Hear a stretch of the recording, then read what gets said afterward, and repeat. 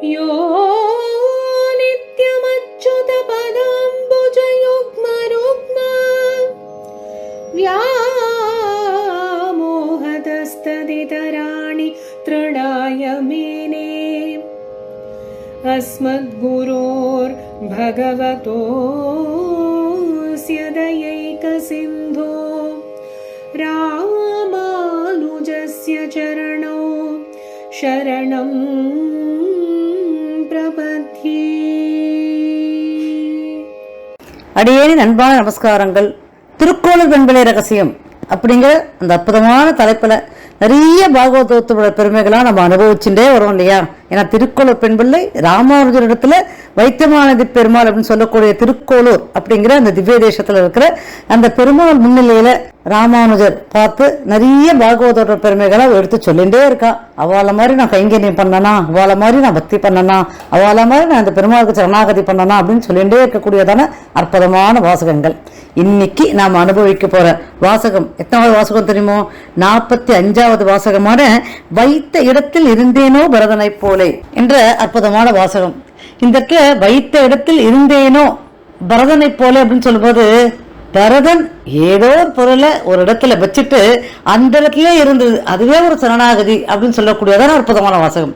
இப்ப பரதன் ஒரு இடத்துல எந்த பொருளை வச்சார், எந்த பொருளுக்காக அந்த இடத்துல அவர் காத்திருந்தார், எந்த பொருளை வைத்துக்கொண்டு அவர் அங்கேயே தங்கி இருந்தார் அப்படின்னு நம்ம சொல்லும்போது வேற எதுவுமே இல்லை. ஸ்ரீராமச்சந்திரமூர்த்தியோட அற்புதமான அந்த 2 பாதுகைகள், அதான் நந்தி கிராமம் அப்படின்னு சொல்லக்கூடிய அயோத்திக்கு பக்கத்துல இருக்கக்கூடிய அந்த கிராமத்துல, நந்தி கிராமத்துல சுவாமியோட பாதுகை, அதாவது ராமச்சந்திரமூர்த்தியோட பாதுகையை அற்புதமாக அங்க ஏழை பண்ணி அந்த இடத்துலயே அமர்ந்து ஆட்சி பண்ணார். எத்தனை வருஷத்துக்குன்னு கேளுங்கோ, 14 வருஷம் ஆட்சி பண்ணார். அததான் இந்த இடத்துல திருக்கோளூர் பெரும்பிள்ளை ரொம்ப ஆச்சரியமாக பரதனோட பெருமைகள் எடுத்து சொல்றா. இந்த இடத்துல பரதன் அப்படின்னு சொல்லும்போது, ராமாயண காலத்துல ஸ்ரீராமச்சந்திரமூர்த்திக்கு சகோதரர்கள் 3 பேர் பிறந்தா இல்லையா? லக்ஷ்மணன், பரதன், சத்ருகுணன். இதுல லக்ஷ்மணனும் சத்ருகுணனும் ட்வின்ஸ், ஒரே நாள்ல சகோதரர்களாக சுமித்ரைக்கு பிறந்தவா. இன்னும் சொல்ல போனா அவ தான் ரொம்ப ஒத்துமையாக இருந்திருக்கணும் இல்லையா? ஆனா இந்த இடத்துல ரொம்ப வித்தியாசம். லக்ஷ்மணனாகப்பட்டவர் ஸ்ரீராமச்சந்திரமூர்த்திக்கான கைங்கரத்துக்காகவே அவதரித்தவர். அவர் சாட்சாத் ஆதிசேஷனோட அம்சமாக அவதரித்தவர். இப்ப இந்த இடத்துல பரதன் அப்படின்னு சொல்லும்போது, பரதனுக்கு கைங்கிறதர் யார் தெரியுமோ? சத்ருகுணன் தான்.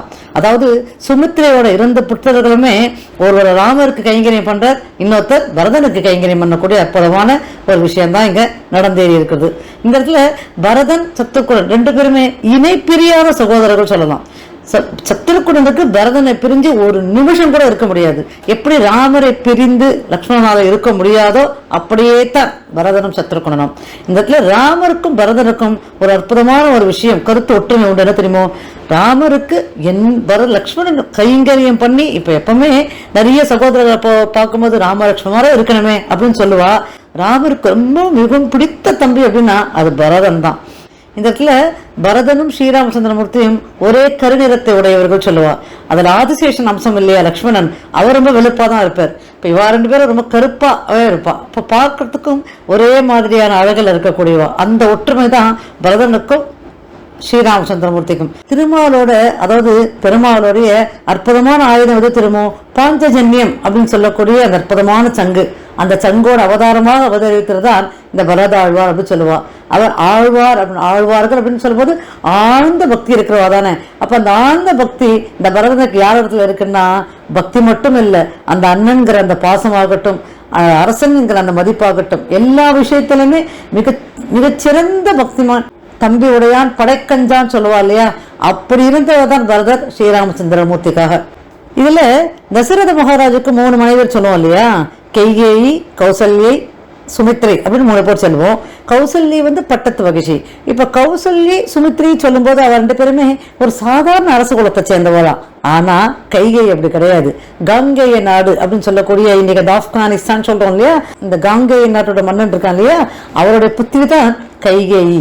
இப்ப இதுதான் பிற்காலத்தில், அதோட துவாபர யுகத்துல பாத்தீங்கன்னா காங்கேய நாடு அது காந்தாரம் அப்படின்னு பேர் மாறி, அந்த காந்தாரத்துல இருந்த காந்தாரி அவதான் திருதராஷ்டிரனுடைய தர்மபத்தினி இல்லையா?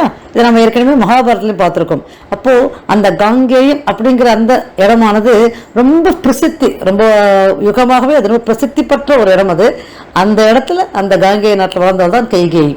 இந்த கைகேயி அப்படின்னு சொல்லும்போது அந்த காலத்துலலாம் கல்யாணம் பண்ணி கொடுக்கும்போது நான் போன பாகத்துல சொல்லியிருப்பேன் இல்லையா, சீதன வெள்ளாட்டெல்லாம் கொடுத்து விடுவான். எதுக்குன்னா அந்த குழந்தைக்கு சாதாரணமாக ஒரு செல்வந்தராக இருக்கிற குழந்தைகளுக்குலாம் சீதன வெள்ளாட்டி கொடுத்து விடுவா. ஏன்னா ரொம்ப சின்ன வயசுல கல்யாணம் பண்ணிடுவா இல்லையா? அது மாதிரிதான் இங்க கைகேயிக்கும் சீதன வெள்ளாட்டியின் தலைவியாக, ஏன்னா இவன் மகாராணி இல்லையா கைகேயி, அப்போ அவளுக்கு கொடுக்கும்போது நிறைய பொருட்கள், நிறைய சீதன வெள்ளாட்டிகள் நிறைய பேர் வந்தா. அந்த சீதன வெள்ளாட்டிகளுக்கு தலைமை தாங்கக்கூடியது தான் இந்த மந்திரின்னு சொல்லக்கூடிய இந்த கூனி. அப்படித்தான் இருந்து வந்தால் கூனியாகப்பட்டவள் இந்த கைகேயிக்கு. இந்த இடத்துல நாளைக்கு ராமருக்கு பட்டாபிஷேகம் அப்படின்னு சொல்லும்போது உடனே தடுத்து நிறுத்தணும். ஏன்னா ராமருக்கு பட்டாபிஷேகம் எப்படி நடத்தலாம் அப்படின்னு கூனிக்கு ரொம்ப கடும் கோபம். ஏன்னா பரதன் இருக்கும்போது ஏன் ராமனுக்கு நடத்தணும்னு இந்த இடத்துல எல்லாருக்கும் ஒரு கேள்வி வரும். பரதன் அவன் தானே, ராமன் ஒரு நாள் முன்னாடி தான் பிறந்திருக்கான். அப்போ அவன் அண்ணன் அப்படின்னாலும் ஒரு நாள் முன்னாடி பிறந்தவன் தானே. என்ன இருந்தாலும் அண்ணன் அப்படின்னு சொல்லும்போது ஏதோ ஒரு 5-6 வயசு 6 வயசு வித்தியாசம் இருந்து மன்னனாக இருந்ததுன்னா அதுக்கு ஒரு அர்த்தம் இருக்கு. இப்போ இதில் ஒரு நாள் எல்லாருமே ஒரு நாள் வித்தியாசத்தில் பிறந்தவாதான். இவர் புனர்வசு நட்சத்திரம், பரதன் பூச நட்சத்திரம், அடுத்தது லக்ஷ்மணர் லக்ஷ்மண சத்திரம் ஆயிலி நட்சத்திரம், அடுத்த நாட்கள் பிறந்தவாதானே. இப்போ இந்த இடத்துல கூனியோட கேள்வி என்னன்னா, கௌசல்யாகட்டும் சுமித்திரையாகட்டும் அவையெல்லாம் சாதாரண அரச குடும்பத்தை சேர்ந்தவர் தான். ஆனால் காங்கேயம் அப்படிங்கிறது கைகேயி வாழ்ந்த அந்த நகரம் பெரிய மாநகரம் இல்லையா? அப்போ அந்த இடத்துல இருந்து வந்த இந்த சக்கரவர்த்தியோட புத்திரன் தான் இந்த நாட்டை ஆளணும். அப்போ அவனுக்குத்தானே இந்த அயோத்தி மாநகரம் இருக்க வேணும் அப்படிங்கிறது அவளோட எண்ணம்.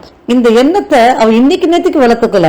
கைகேயோட இன்னைக்கு சீதன வெள்ளாட்டியாக வளர்ந்தாலும் கைகேயை வளர்க்கும் போதுதான் அவன் பரதனையும் சேர்த்து வளர்த்தாள். இந்த எண்ணத்தோடயே தான் வளர்த்தாள்.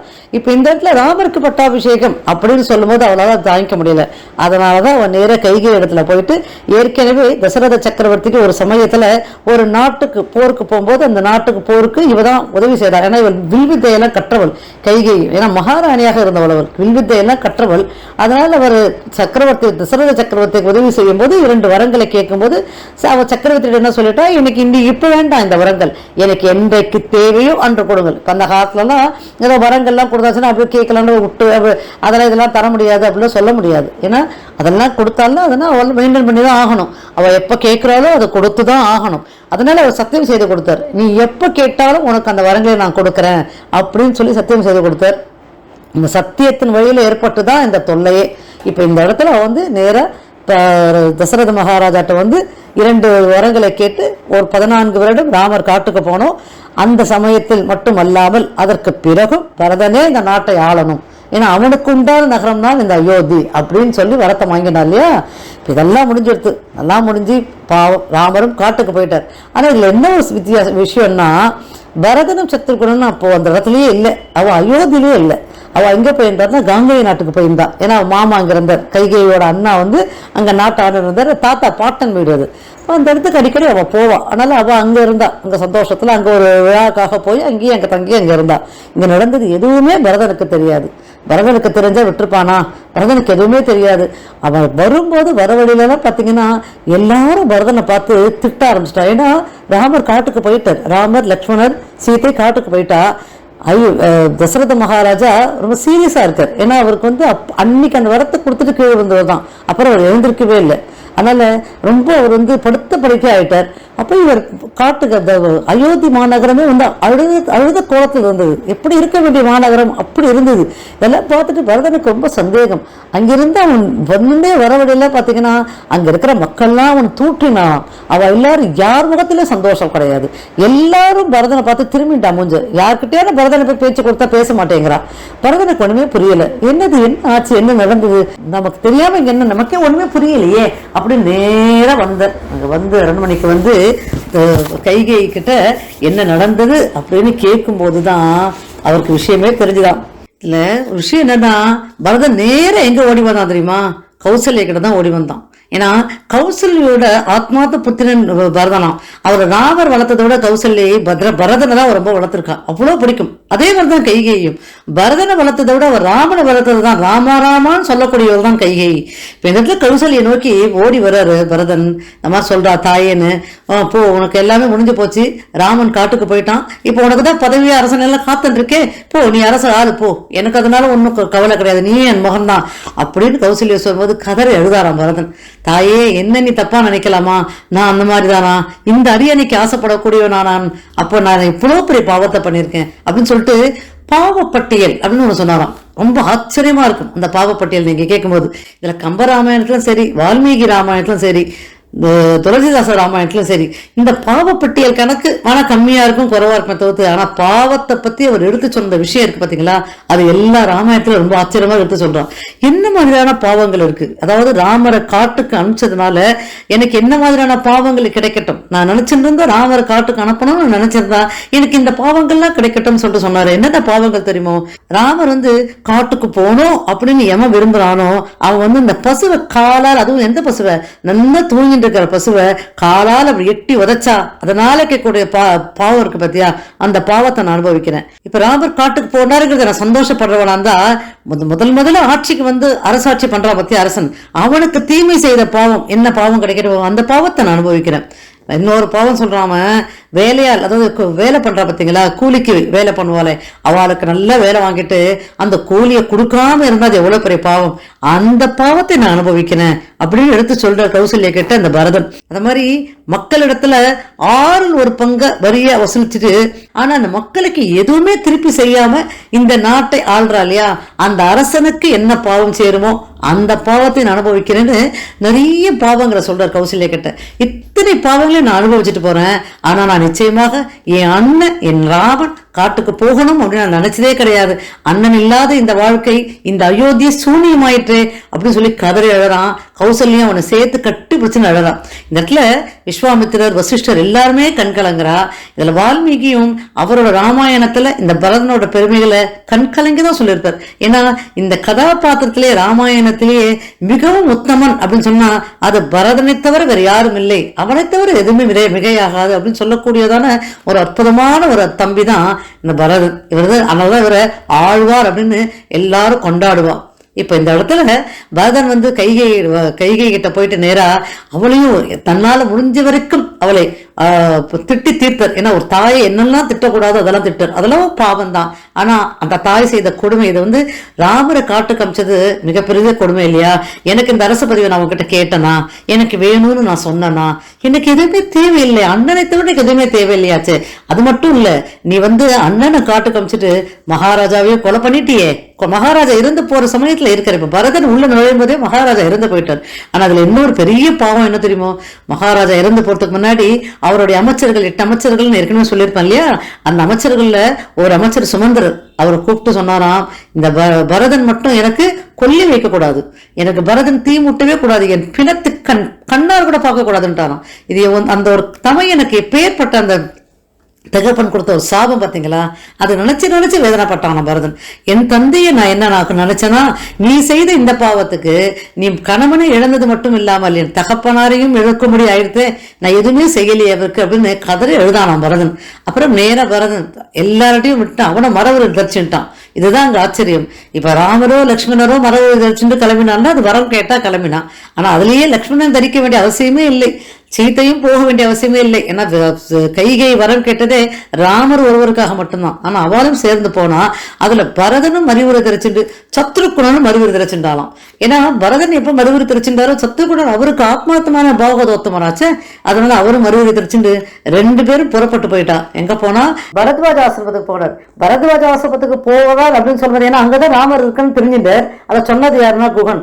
முதல்ல குகன் பரதனை பார்க்கும்போது ஏதோ ராமரை செய்யதான் வரான், இந்த இடத்துல ராமரையும் காட்டு கமிச்சாச்சு, பதவியும் வாங்கியாச்சு, இன்னும் உயிரோட உடக்கூடாதுன்னு வேற நினைக்கிறான் போட்டுக்குன்னு நினைக்கும் போது பரதன் குகன் கிட்ட பேசுறதுக்கு அப்புறம் தான் தெரிஞ்சுதான், இப்படி ஒரு தம்பி இருக்கும்போது ராமருக்கு என்ன குறை, இப்படிப்பட்ட தம்பி யாருக்கான கிடைக்குமா அப்படின்னு பரதன் தழுவினாராம் குகன். ஏன்னா குகனும் ஏற்கனவே ஸ்ரீராமச்சந்திரமூர்த்தியில குகனும் நீயும் எனக்கு ஒரு சகோதரன் சொன்னாரு. அந்த பெருமை குகனுக்கு இருக்கும்போது இப்போ குகனுக்கு என்ன பெருமை தெரியுமோ, ராமனுக்கு தம்பின்ற பெருமை கூட அவருக்கு இல்லையா. ராமனுக்கு நான் சொன்னாரேன்ற பெருமையை காட்டிலும் இப்பேற்பட்ட பரதனுக்கு நான் தம்பியா இருக்கனே அப்படின்ற போது அப்படியே புலங்காயுதம் ஆயிட்டான். நான் பரதனை பார்த்துட்டு பரத்வாஜ ஆசிரமத்துல கொண்டு போய் விட்டுருக்கார். பரத்வாஜ ஆசிரமத்துல தான் ராமர் அப்பதான் போய் சேர்ந்திருக்கார். இவர் மரபு விரட்சத்தை பார்த்தோன்னே கொஞ்சம் தூரத்தை தள்ளி வர அங்கேருந்து லக்ஷ்மணருக்கு தெரியறது இந்த மாதிரி பரதன் வரான் அப்படின்னு ஒன்னு, ஓஹோ இங்கேயும் வந்துட்டானா, ஒரு வழியா கொல்லணும்னே வரான் போல் இருக்கு, ஒரு கை பார்க்கறேன்னு சொல்லும்போது அப்ப ராமர் சொன்னாராம், என் பரதன் அப்படி கிடையாது, என் பரதன் என் மேல அதீத அன்பு கொண்டவன், அவன் அந்த மாதிரி தவறா நினைக்காத லக்ஷ்மணா, அவன் வரட்டும், அவன் என்ன சொல்றான்னு கேட்டுட்டு அதுக்கப்புறம் அதன்படி நடப்போம், அவன் என்ன கேட்டாலும் கொடுக்கணும் லக்ஷ்மணா, எதுவும் குறை வைக்காத, அவனை மாதிரி ஒரு தம்பி கிடைக்கிறதுக்கு நான் ரொம்ப கொடுத்து வச்சிருக்கணும்னு சொன்னாராம் ராமர். அப்படியே பரதன் அப்படியே நேரா வந்தான். அப்படியே சுவாமியோட காலில், ராமரோட காலில் விழுந்து அப்படி சேர்த்து அணைச்சினாராம். அண்ணா என்னை விட்டுட்டு போயிட்டேன்னா, யாரோ சொன்னதை கேட்டு என்னை விட்டு போயிட்டே, இது உனக்கே நியாயமா அப்படின்னு கதறி அழுதானாம். ராமர் அப்படியே அவனை சேர்த்து அணைச்சு கொண்டாராம். கவலைப்படாத பரதன். அப்பதான் லக்ஷ்மணனுக்கு தெரிஞ்சுதான் பரதனுக்கும் ராமனுக்கும் எந்த அளவுக்கு அந்த ஆத்மாத்மான புரிதல் இருந்தது அப்படின்னு பார்க்கும்போது ரொம்ப பிடிச்சு போயிருந்தான். லக்ஷ்மணனுக்கே ஒரு கணம் ரொம்ப அழுகிய வந்துருந்தான். உடனே அவனும் பரதனை சேர்த்து அணைச்சிருந்தானாம். இந்த இடத்துல அவர் எப்படியாவது வந்துடணும்னா, நீ இந்த அரசாங்கத்துக்கு நீ திரும்ப அதெல்லாம் நடந்து போட்டோம், அதெல்லாம் கைகை அம்மாவே நான் பேச வைக்கிறேன், அதெல்லாம் வரங்கள்லாம் ஒண்ணுமே கிடையாது அப்படின்னு சொல்லிட்டு காட்டை விட்டு வான்னு சொன்னா, அப்ப கேட்டாராம் ராமர், அதெல்லாம் சரிதான், தந்தையார் எப்படி இருக்கிறார் அப்படின்னு கேட்ட உடனே கதவை எழுதானாம் பரதன். தந்தையார் இறந்து விட்டாருன்னா அவருடைய ஈமக்கிரைகளை செய்யக்கூடிய பாக்கியம் கூட எனக்கு இல்லை, ஏன்னா என்னை செய்யக்கூடாதுன்னு சொல்லிட்டார். அதுக்கு சத்ருகுணம் தான் அதெல்லாம் செஞ்சானோன்னா ராமர் ரொம்ப கஷ்டப்பட்டாராம் மனசு.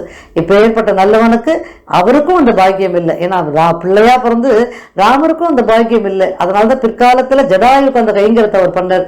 அப்ப லக்ஷ்மணனுக்கும் அந்த பாக்கியம் கிடைக்கல, பரதனுக்கும் கிடைக்கல. சத்ருகுணன் அப்படிங்கிற அந்த பாகவதோத்தமனுக்கு தான் அந்த பாக்கியமே கிடைச்சது. இதெல்லாம் சொன்ன உடனே அப்ப ராமர் சொன்னாராம், எதுவா இருந்தாலும் தந்தையோட வாக்கு ரொம்ப முக்கியம் இல்லையா, அதுலயும் கைகேயி எனக்கு மிகவும் பிடித்த தாயாராச்சே, அவ சொல்றதை கண்டிப்பா கேட்டுத்தானே ஆகணும் பரதா. அவ கேட்கும்போது நான் எதுவுமே மறுக்கக்கூடாது, அதெல்லாம் நீயே நாட்டை ஆண்டு நல்ல சிறப்பான நாட்டை ஆளு, அதனால எந்த பிரச்சனையும் இல்லைன்னு சொல்லும்போது அப்ப சொன்னாராம் பரதன், இல்லன்னா என்னால் அது மாதிரி நாட்டை ஆள முடியாது, ஆனா நீ உன்னுடைய பாதுகைகளை எனக்கு கொடு, உன் பாதுகைகளை வைத்து நான் நாட்டை ஆளுவேன், உன் பாதுகை தான் நாட்டை ஆளணும், நான் ஆள மாட்டேன், எனக்கு இந்த நாட்டை ஆளுவதற்கு எந்த எனக்கு விருப்பமும் கிடையாதுன்னு சொன்னோன்னு தன்னோட பாதுகைகளை ரொம்ப ஆச்சரியமாக கட்டி கொடுத்தாராம் ஸ்ரீராமச்சந்திரமூர்த்தி. அந்த பாதுகைகளை தன் தலைமையில் ஏற்றி கொண்டு, இந்த பெருமாளோட பாதுகை இல்லையாது, அந்த பாதுகை எடுத்து நந்தி கிராமம் அப்படிங்கிற இடத்துல அந்த பாதுகளை வச்சு பூஜை பண்ணிட்டு அதுக்கப்புறம் அந்த பாதுகை எடுக்கிற இடத்துலயே தான் இருந்து ஆட்சி பண்ணானோம். அதனாலதான் திருக்கோளப்பன் எடுத்து சொல்றான். இப்ப பாதுகைகளை வாங்கி வந்துட்டார், நந்தி கிராமத்துல பிரதிஷ்டை பண்ணிட்டார். இப்ப அந்த இடத்துல ஒரு சிம்மாசனம் அமைத்து நந்தி கிராமத்திலேயே பிரதிஷ்டை பண்ணிட்டார். அப்ப இவர் சிம்மாசனத்துல உட்கார்ல, சிம்மாசனத்துல அந்த பாதுகைகள் இருந்தது, அந்த பாதுகைகள் வைத்த இடத்துலதான் இந்த பரதன் இருந்து ஆட்சி பண்ணான். இததான் இந்த இடத்துல திருக்கோளப்பன் சொல்றான். இப்படி ஒரு பக்தியா, அந்த பாதுகைகளை அவர் அந்த இடத்துல இருந்து அந்த இடத்திலேயே தொங்கி அந்த இடத்திலேயே ஆட்சி பண்ணாரே அந்த பரதன். இதுல இன்னொரு முக்கியமான விஷயம்னா, யாரு இப்ப ஸ்ரீராமச்சந்திரன் ஆட்சியோ இல்ல தசரத மகாராஜா ஆட்சியோ, இவாளோட ஆட்சியெல்லாம் விட பரதன் அந்த பாதுகைகளை வைத்து ஆட்சி பண்ண அந்த 14 வருஷம் இருக்கு பத்தியா, அந்த சமயத்துலதான் அயோத்தி மன்னர்களே ரொம்ப சந்தோஷம் வாழ்ந்தா அந்த 14 வருஷ காலமா. ஏன்னா அவ்வளவு நன்னா ஆட்சி பண்ணதான் பாதுகை அவ்வளவு நன்னா ஆட்சி பண்ணது அப்படின்னு வேதாந்த தேசிகள் ரொம்ப அழகா பாதுகா சகசாரத்துல இந்த ரொம்ப ஆச்சரியமான விஷயங்களை எடுத்து சொல்லுவார். அப்படி ஒரு பக்தியா சுவாமி, அந்த பெருமாளோட பாதுகைகளை அந்த பெருமாளை நான் சேவிக்கும் போது அவர் பாதுகைகளை சரணாகதி பண்ணனா, நானு அந்த மாதிரி இதை மாதிரி எதுவுமே செய்யலையே, அவனுக்கு இருந்த அந்த பக்தி எனக்கு இல்லையே. ஏன்னா எப்பேற்பட்ட மகாராஜா அவன், பரதன் நினைச்சிருந்தா நாட்டை ஆண்டுட்டு போயிட்டே இருக்கலாமே, அவன் அடுத்த மகாராஜா வச்சு எதுக்குன்னா இப்ப பதவிக்கோ இல்லைன்னா என்னென்னோ அடிச்சுக்கிறாள், அந்த மாதிரிலாம் இல்லை, அந்த மாதிரி பண்ணிருக்கலாமே, ஆனா அதெல்லாம் செய்யலையே பரதன். அப்பேற்பட்ட பக்தியா அப்படி ஒரு சரணாகதி நான் பண்ணலையே அப்படின்னு திருக்கோளப்பன் பிள்ளை ராமானுஜத்துல சொல்லி வேதனைப்படும்போது அப்ப ராமானுஜர் அவர் சமாதானப்படுத்தி இதற்கு அடுத்த வாசகமாக வழியடிமை செய்தேனோ லக்ஷ்மணனை போலே அப்படிங்கிற அடுத்த வாசகம். இதுவும் ராமாயணத்துல வரக்கூடிய ராமருடைய தம்பியான லக்ஷ்மணரோட அந்த கைங்கரத்தை பத்தி தான் திருக்கோளப்பன் பிள்ளை ராமானுஜருக்கு எடுத்து சொல்ல போறா. என்ன எடுத்து சொல்ல போறா அப்படிங்கிறத நம்ம அடுத்த பாகத்துல விரிவாக கேட்போம். அது வரைக்கும் எல்லோருக்கும் பல்லாண்டு பாடி கவிராக்கிய சிம்மாய கல்யாண குணசாலினே ஸ்ரீமதே வெங்கடேஷாய வேதாந்த குருவே நமஹ.